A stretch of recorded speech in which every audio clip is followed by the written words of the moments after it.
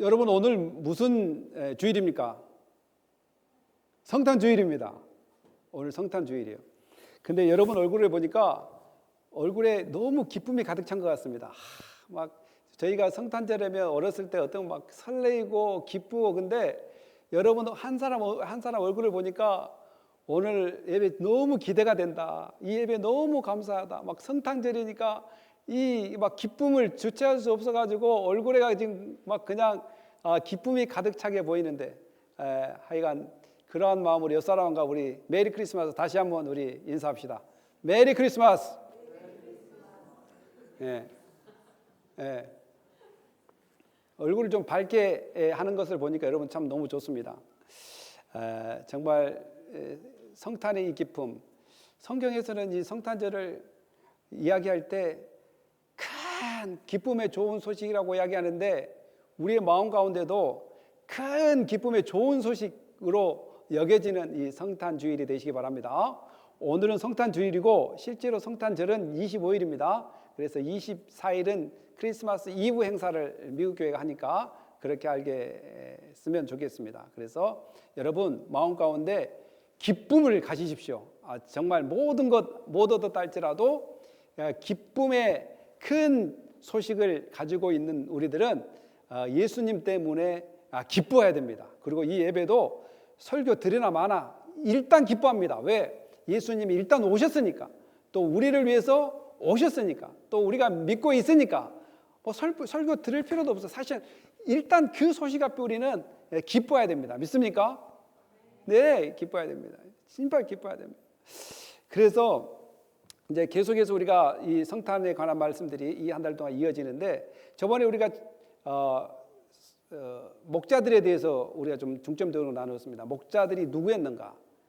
역사적으로 그들이 어떻게 천대를 받고 있었는가?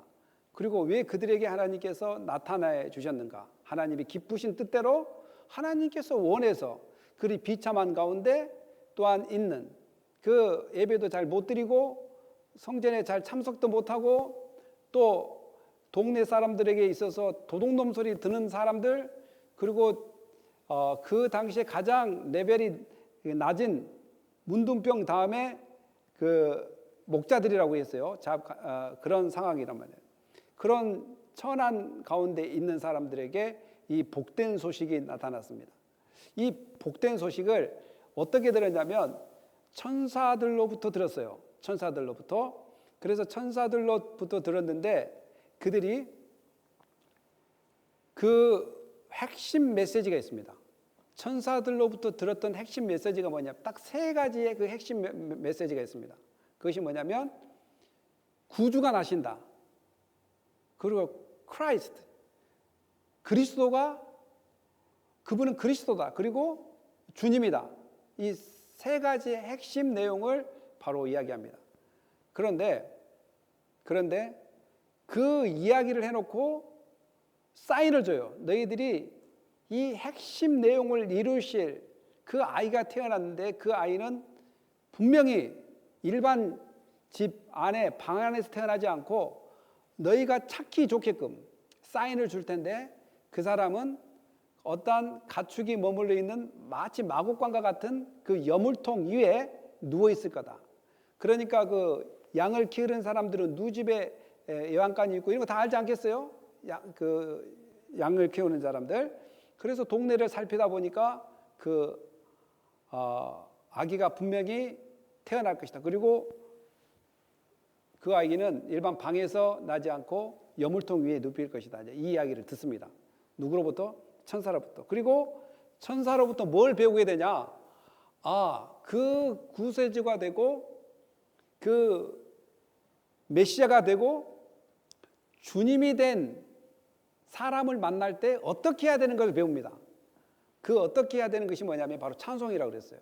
하늘에는 영광이요 땅에서는 그 기뻐하심을 입은 사람들의 평화라는 이 가사를 천국과 천사들이 찬양하면서 올라가시더라는 거죠. 그래서 그들이 이제 배웠어요. 일단 경배를 어떻게 해야 되는지 배웠어요. 이제 오늘 말씀은 바로 그들이 그 이야기를 듣고, 천사로부터 듣고, 에이 뭐 그런 일이 있어. 그래? 그럴 수도 있겠네. 또 그리고 재밌게 듣고 그냥 안 갈 수도 있어요. 안 갈 수도. 그런데 그들이 어떻게 하냐면 가서 보자라는 거예요. 보자. 이 보는 거 상당히 중요합니다. 왜 제가 보는 거 중요하냐면 제가 어렸을 때부터 교회를 다녔다 그랬죠. 그러면 어렸을 때부터 이제 교회를 부흥 강사님이나 목사님들로부터 들었던 것들 중에 하나가 종종 제가 이야기하는데 여러분 왜 데데스 사회가 죽음받은 줄 아세요? 어떤 목사님이 설교를 해요. 왜 사회바다가 죽음받은 줄 아세요? 그럼 목사님이 어떻게 이야기하냐면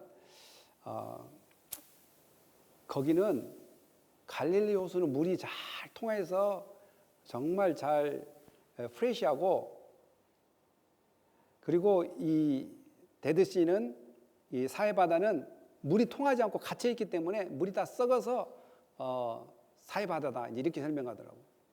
난 저 그런 줄만 알고 있었단 말이죠.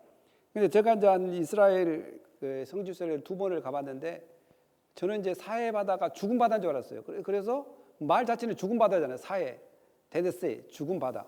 그래서 이제 다 썩어서 죽은 줄 알았는데 썩어서 죽은 것이 아니라 직접 가서 보니까 물이 너무 푸르고 에메랄드빛처럼 정말 푸르고 보기 좋습니다.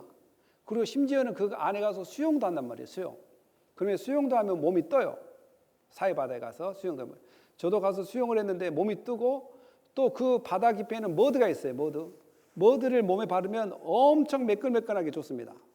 피부에 좋고. 그래서 그 머드를 그 옆에 가까운 데 공장에서 또 머드팩을 만든 공장이 또 옆에 있어요. 거기서 이제 기념품을 사갖고 왔는데 이 아까운 것을 사갖고 저희 아내하고 우리 장모님을 드렸더니 아까운 줄 모르고 안 쓰더라고요. 그러니까 저는 직접 보고 이것이 정말 좋은 거라고 알겠는데 안 본 사람은 갖다 줘도 이게 좋은 건지 안 좋은지 모르시더라고요. 그래서 제가 그때 깨달은 것이 사해바다가 썩어서 죽은 것이 아니라 거기서 설명하기는 솔트, 소금기가 너무 많았기 때문에 고기가 살지 못한다는 거예요. 고기가 살지 못한다.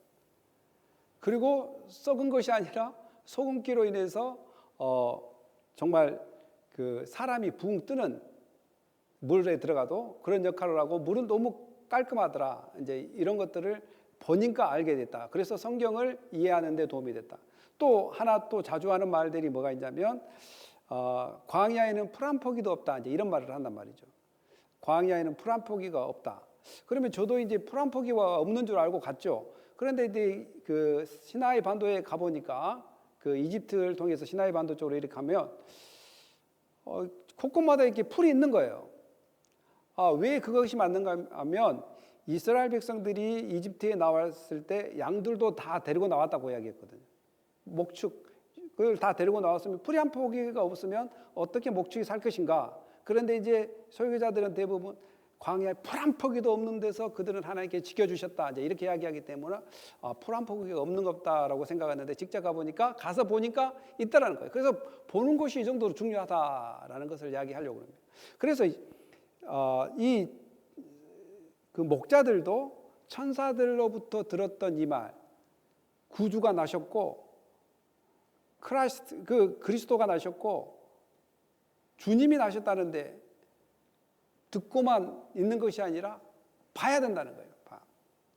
그래서 오늘 그 보러 가는 모습이 어떻게 우리에게 교훈이 되고 우리에게 메시지를 주는지 은혜를 나누려고 합니다.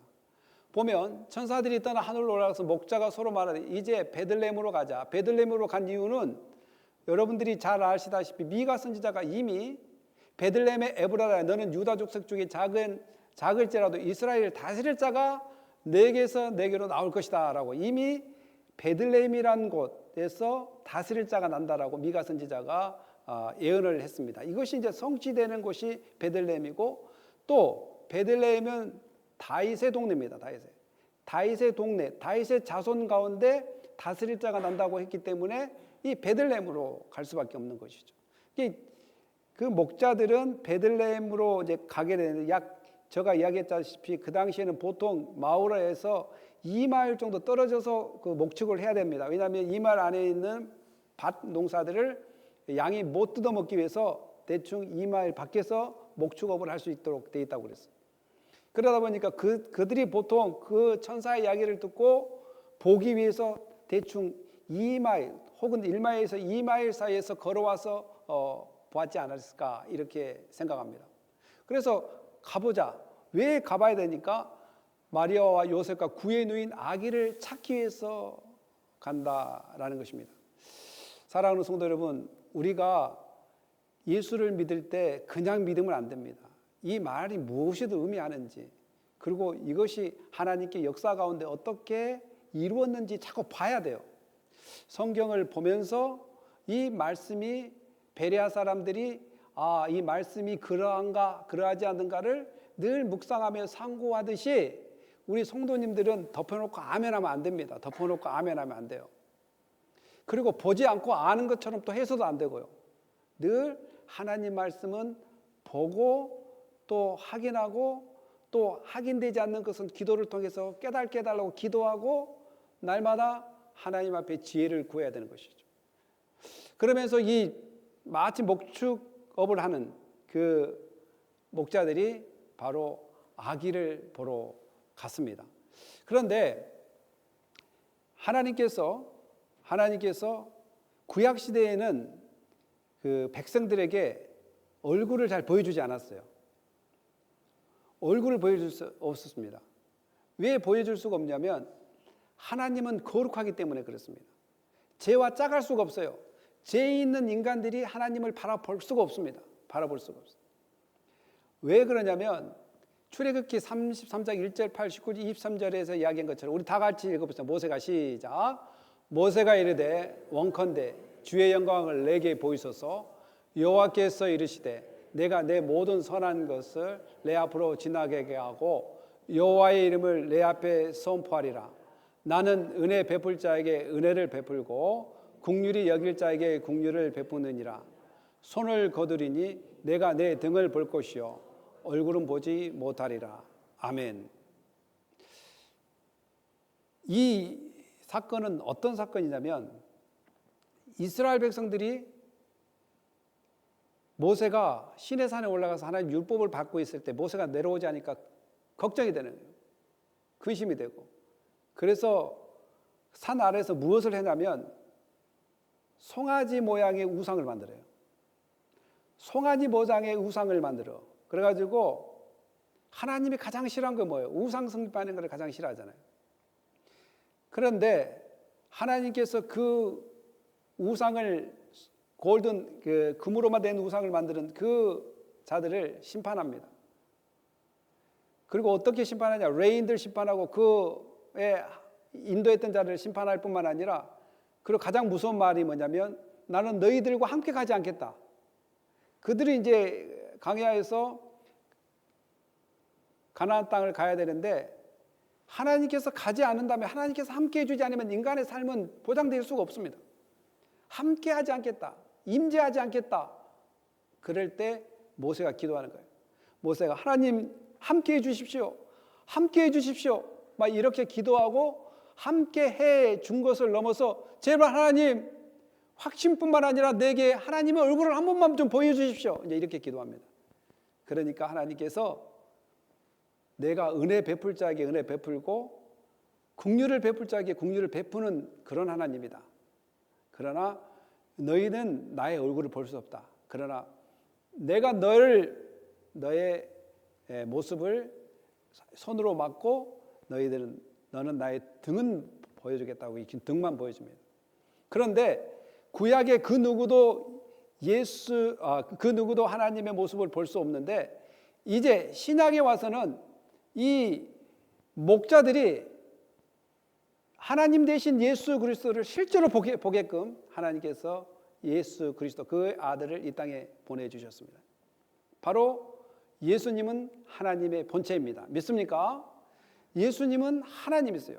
그 볼 수 없었던 분을 볼 수 있게끔 하는 사건이 바로 목자들이 마구간에서 어린아이를 본 순간입니다. 그러니까 기뻐해야 될 사건이란 말이에요. 엄청 기뻐요. 여러분들이 이 소리 들으니까 막 얼굴에 미소가 지금 가득한데 다들 이 소식 이 긍휼히 여길 자를 긍휼히 여기고 은혜 베풀 자를 은혜를 베풀. 그러니까 창조주의 마음과 뜻 가운데 모든 일은 이루어집니다. 사랑하는 성도 여러분, 그러면 그 아기를 찾아서 그러면 그들이 했던 것이 뭐냐면 최초의 복음을 선포하게 됩니다. 우리 한번 읽어볼까요? 누가복음 2장 17, 18 시작. 보고 천사가 자기들에게 이 아기에 대하여 말한 것을 전하니 듣는 자가 다 목자들이 그들에게 말한 것들을 놀랍게 여기되, 이제 목자들이 보고 이제 천사들이 그들에게 이 아기에 대해 말한 것을 전하기 시작합니다. 아기에 대해서 어떤 말을 했다고 했습니까? 바로 구원자다, Savior, 그리고 Christ the Lord. 그 아이가 구원자다, 그리고 Christ다, 그리고 the Lord, 주님이다 라는 핵심 메시지를 증거합니다. 또 핵심 메시지를 들어서, 그러면 왜 구원자가 필요한가? 우리 인간들은 성경을 못 봤다면 이걸 깨닫지 못했어요. 성경이 말해주지 않았다면 우리는 이걸 깨닫지 못했습니다. 인간이 죄인이라는 것을 그 누구도 깨닫지 못했을 것입니다. 저도 태어나면서부터 야, 인간은 죄인이야, 인간은 죄악 가운데 태어났다, 이 말을 부모로부터 듣지 못했습니다. 그리고 사회 교과서, 학교 다닐 때 교과서에서 인간은 태어나면서부터 죄인이다 라고 가르쳐주지 않습니다. 도덕적으로 흠이 있다 이런 말을 하지만 인간이 태어나면서부터 죄인이다, 이 죄 때문에 지옥 간다, 이 말을 공교육에서 배울 수가 없었어요. 또 일반 사람들은 성경을 통하지 않고서는 그 누구도 이 사실을 모릅니다. 성경을 통한다 할지라도 믿지 않으면 이 사실을 모르고요. 또한 인간이 태어나면서 죄를 지었고 왜 태어나면서부터 죄인이라는 것을 성경은 자세히 가르쳐 줍니다. 그리고 죄인이 가야 될 곳은 마치 이 세상에 죄를 지면 감옥에 가야 되듯이 영적으로 죄를 진 사람은 모두가 지옥에 갈 수밖에 없다라고 성경은 이야기합니다. 지옥에 갈 수밖에 없다. 여러분, 그때 이 당시에 AD 1, 2년 그리고 BC 1, 2, 4년 전, 그때 팍스 로마난이라고 해가지고 약 250년 동안 가이사 아우구스트의 시작으로 해서 250년 동안 로마의 평화가 일어났습니다. 근데 그 평화는 알고 보면 무슨 평화냐면 법을 통해서 통치하는 평화고 또한 세금을 걷어서 통치하는 평화입니다.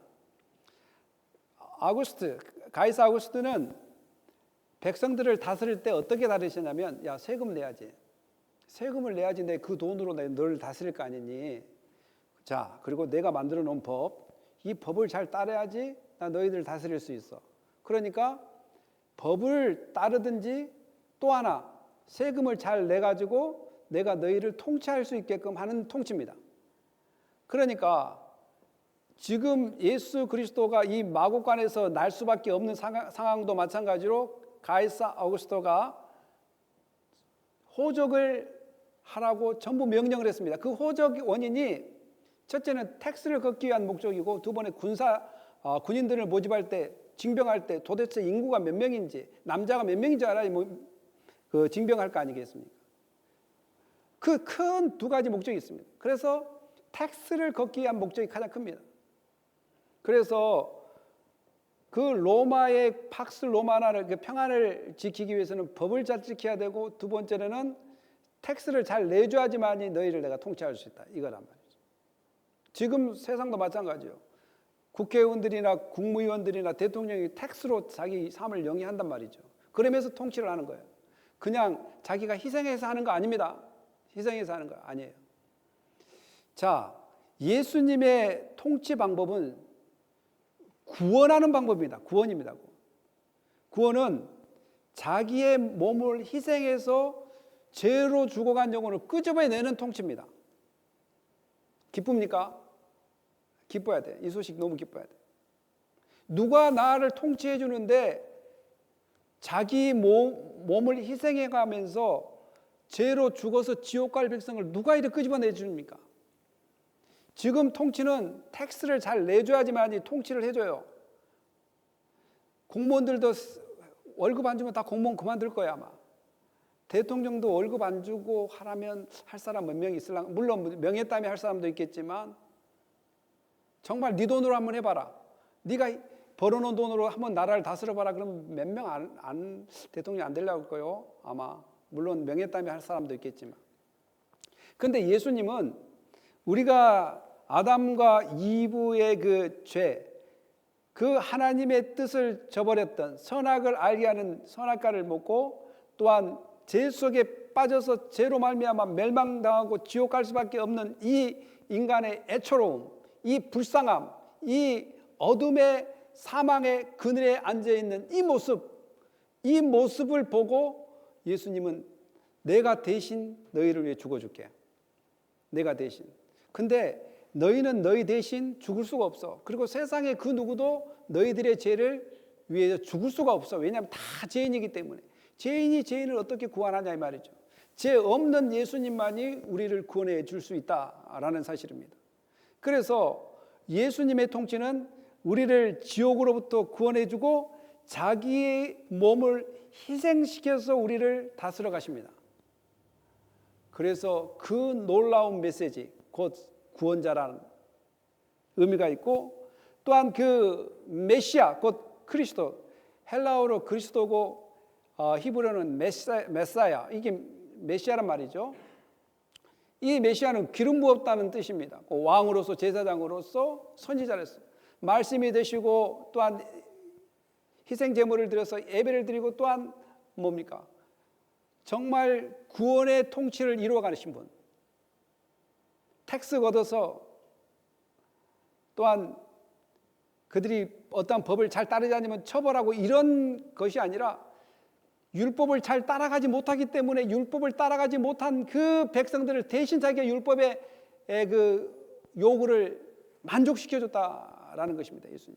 세상의 통치는 법을 안 지키면 법대로 죽어야 되고, 그러나 예수님은 그 법을 지키지 못하는 인생들을 향하여 대신 예수 그리스도가 법의 성취를 이루시어가면서 우리를 구원해 주셨다는 사실입니다. 오늘 이 사건도 마찬가지로 하나님께서 이미 이사야를 통해서 여호와의 영광이 나타나고 모든 육체가 그것을 함께 본다라고 얘기합니다. 바로 오늘 이 성탄의 날에, 성탄의 이 예배에, 주일 예배에 그런 보는 눈이 있어야 됩니다. 이사야 선지자를 통해서 이야기했던 그 봄, 너희들이 분명히 보는 날이 있을 것이다. 곧 목자들이 그 아기를 보면서 구유에 나신 그분이 바로 구원자고 메시아고 우리의 참된 주인이라는 거예요. 그때 주인이라고, 그 예수님이 태어날 당시 주인이라고 할 수 있는 분은 누구였냐면 큐리어스, 바로 가이사 아우구스토밖에 없었습니다. 로마의 황제, 그 사람만이 구주라고 믿고 살고 있었습니다. 그러나 아니다. 그가 참된 구주가 아니라, 바로 참된 주인이 아니라 이 예수가 참된 주인이다라고 이야기하고 있습니다. 그런데 이 소식을 듣고 놀란 사람이 있었습니다. 그런데 또 이 소식을 듣고 마음에 깊이 새긴 사람이 또 있습니다. 한번 읽어볼까? 마리아가 시작. 마리아는 이 모든 말을 마음에 새기어 생각하여 목자들은 자기들에게 이르던 바와 같이 듣고 본 그 모든 것으로 인하여 하나님께 영광을 돌리고 찬송하며 돌아가니라. 할례할 8일이 되매 그 이름을 예수라 하니 곧 잉태하기 전에 천사가 일컫는 바라라. 아멘. 마리아는 여러분들이 누가복음 1장 31절에 보면 이미 가브리엘 천사가 너가 지금 처녀인데 성령으로 잉태할 것이다 라는 것을 천사로부터 전달을 받고 그 천사의 소리에 순종하면서 심지어 마리아가 찬양까지 하는 경우가 있었습니다. 그런데 그렇게 했던 그가 또 실제로 목자들로부터 다시 그 아이가 누군가를 리마인드 해주기 때문에 마리아는 그 말이 허투루 들리지 않고 정말 그 말씀을 다시 마음에 새긴다라는 것입니다. 이 마음에 새기고 생각한다, 이 말은 곰곰이 생각한다는 거죠. 한 번만 생각한 것이 아니라 그 생각이 계속 이어진다라는 것입니다. 여러분, 제가 이야기했지 않습니까? 왜 성탄절이라는 절기를 만드냐? 이런 절기를 통해서 우리가 잊고 있었던 그 예수 그리스도 오심과 다시 오심을 다시 리마인드해서 이 시즌만 끝나는 것이 아니라 1년을 바라본다고 말이에요. 1년을. 모든 해 가운데 이 기쁨으로 살아가야 된다는 거예요. 이 기쁨으로. 왜 절기를 만드냐면 잊어버리니까 기억하라는 거예요. 기억하라. 하나님께서 이스라엘 백성에게 절기를 줄 때 이집트로부터 구원한 나를 기억하라. 또 너희들이 제가 그 장자의 그 재앙이 넘어간 것을 기억해라. 그러면서 유월절을 만들고 추수감사를 만들면서 하나님이 너희에게 공급하심을 기억하라. 이런 모든 것들을 왜 하냐? 그날만 공급해서 그런 것이 아니라 이 365일 다 공급하는데 사람이 살다 보면 다 잊어버려요. 잃어버려요. 또 감사할 줄 모르고. 그러면서 그 절기를 지키면서 다시 잊어버렸던 것을 다시 리마인드해서 그 리마인드의 마음을 가지고 매 순간 살아야 됩니다. 그래서 신학자들은 이렇게 얘기해요. 성탄절의 위험성이 뭐냐? 마치 예수님이 그날만 온 것처럼 생각하고 치부할 때가 많이 있다. 365일 제자로서 살아갈 삶을 잊어버린다는 거예요. 마치 이날만 그냥 찬송가 부르고 말 것이라고 그냥 시즌으로 묶어버린다는 거예요. 성탄절이라는 의미 때문에. 시즌으로. 아니다. 시즌으로 묶을 일이 아니라 1년 내내 뭐예요? 하나님께서 함께 계시고 예수 그리스도의 오심을 통해서 얼마나 우리가 구원의 기쁨 감격 속에 살아가고 있는가를 늘 리마인드 해야 된다라는 사실. 그래서 이 마음에 새겨야 되는 거예요. 여러분 마음에 좀 새기고 있습니까? 예? 새겨집니까? 안 새겨집니까? 이 마음에 새겨야 되는데 예수 그리스도가 나를 위해 오셨고 또 다시 오신다고 약속했지. 정말 기쁘다. 이 큰 기쁨, 이 선물 하나 받는 것보다 더 큰 기쁨을 다시 회복해야 됩니다. 그러니까 여러분들 얼굴을 보니까 내가 너무 행복해요.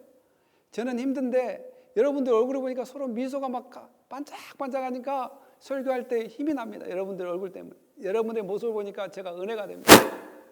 그래서 하나님을 찬양하게 됩니다.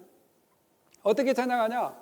아까 하늘의 천군과 천사들이 하늘에는 영광이요 땅에는 기뻐하심을, 그의 기뻐하심을 입은 사람들의 평화로다라는 가사를 가지고 막 찬양한 소리를 목자들이 들었어요. 들었던 그들이 예수 그리스도를 만나고 찬양하기 시작합니다. 하나님께 영광을 돌리고 찬양하며 돌아간다라고 이야기합니다. 찬양하며 돌아간다.